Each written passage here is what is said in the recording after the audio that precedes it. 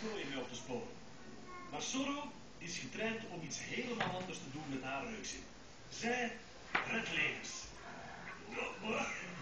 Hey. Zorro's neus is een fijn afgestemd instrument. Ze kan het gebruiken om mij op te sporen als ik onder deze dikke sneeuw bedolven ben. Als je wandelt, klimt of skiet in deze bergen, dan zijn de meest bedreigende en gevaarlijke dingen de lawines. Probeer je tonnen ijs en sneeuw voor te stellen die neerstorten van de bergen.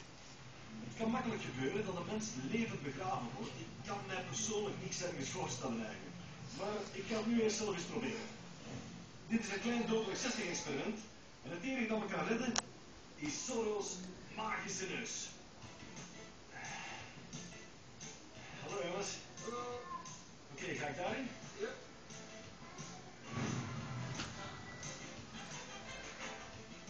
Oké, heb ik een camera om mee te nemen? Dankjewel. Oké jongens, ik ben wel een beetje bang.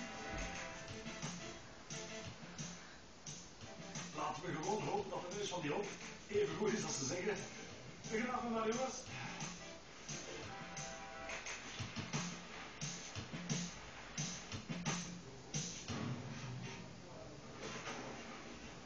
Ze hebben me verzekerd dat ik volledig veilig ben, hieronder in deze sneeuwgrot. Maar dat maakt me niet minder nerveus als ze me begraven, het licht buitensluiten en alles doodstil wordt.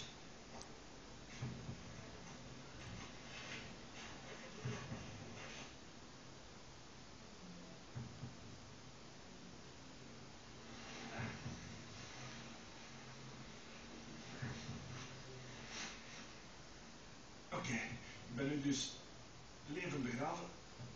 Wat behoorlijk griezelig is en heel koud. Natuurlijk moest dit een echte lawine zijn.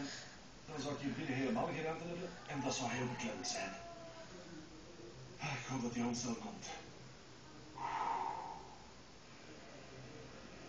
Bovengronds wordt de storm naar trainer naar de plek gebracht, maar de klok tikt. Als lawines gevallen zijn, wordt de sneeuw heel hard, zo hard als beton. Dus een echt slachtoffer kan gekwetst of verpletterd zijn zonder lucht om in te ademen. Dus alles hangt af van honden als Zorro om gered te worden. Ik kan niet wachten op het geluid van vloetende pootjes hierboven. De honden zijn getraind om zigzaggend heen en weer te rennen, om de geur van een mens te ontdekken. Maar Zorro moet deze hele bergwand onderzoeken. Een goed getrainde hond kan al snuffelend het onderscheid maken tussen de geur van mensen die over de sneeuw liepen en het minste spoor van mensen die tot 10 meter diep begraven zitten.